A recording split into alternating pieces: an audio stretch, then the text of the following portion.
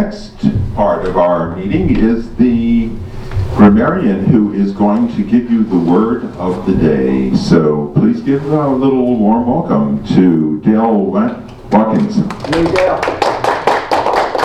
Thank you, Mark. The word of the day I picked is compromise. As grammarian, my responsibilities is two-part. One, to pick a word of the day, and also to comment on the use of the English language. And I've just been informed, I didn't realize it, that that also includes being the ah counter. Thank you, Bob Avalone. So I will be listening for ahs and ums.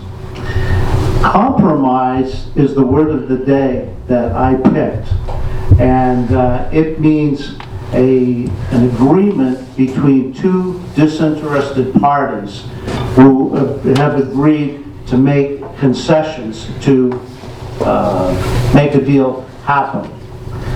An example would be the real estate broker negotiated a compromise between the buyer and seller on the selling price of the property. Compromise is a noun. Please try to use it when you speak today. And that's it. Thank you, Dale. It's both.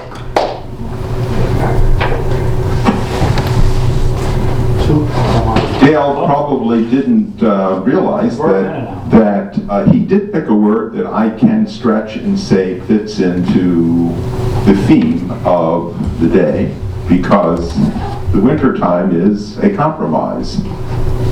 It does allow us to accomplish a lot of things because we aren't outside. On the other hand, it's miserable in parts.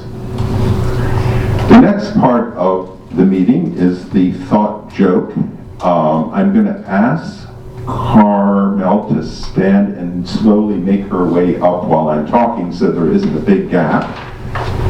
And I wanted to just check to make sure.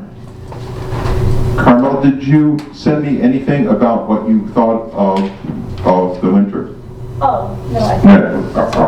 All right. So I don't have that. So please welcome Carmel.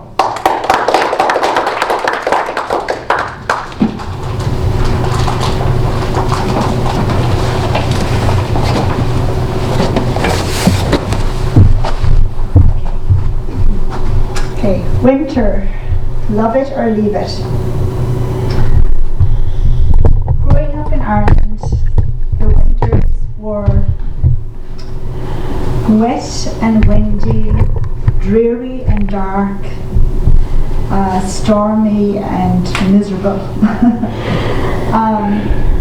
My home was in the west coast on the Atlantic Ocean with green fields and hills surrounding us. I remember stepping out into the rural country roads and the gale just whipping my hair into just a tangled mess all the time. My hair was constantly in a mess in the winter time.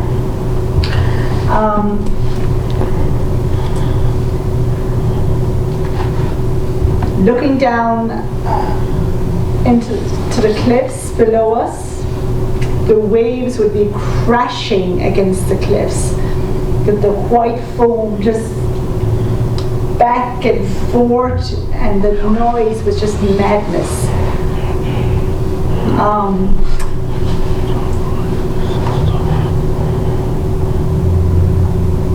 The sky was always dark, and it dark and heavy and close on top of us. We were in this kind of back of beyond neighborhood, and we felt like, at least I felt like, we were packaged into it. It was just this little black sky on top of us that kept us there. While the temperatures rarely went below freezing, it was not as cold as here, the wet rawness just penetrated to the bone.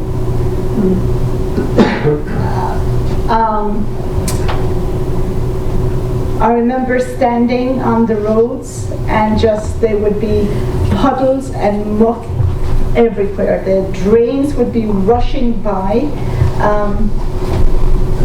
and every time we had to go out to the local, step out to the shed to pick up a basket of turf and coal, you would get soaked. So this wetness, dreariness all the time. Each farmhouse would have a fire. Every house had one of these open fires. So there was always. So my memories of looking out from our windows would be little farmhouses in very rocky farmland with smoke coming from the chimneys, and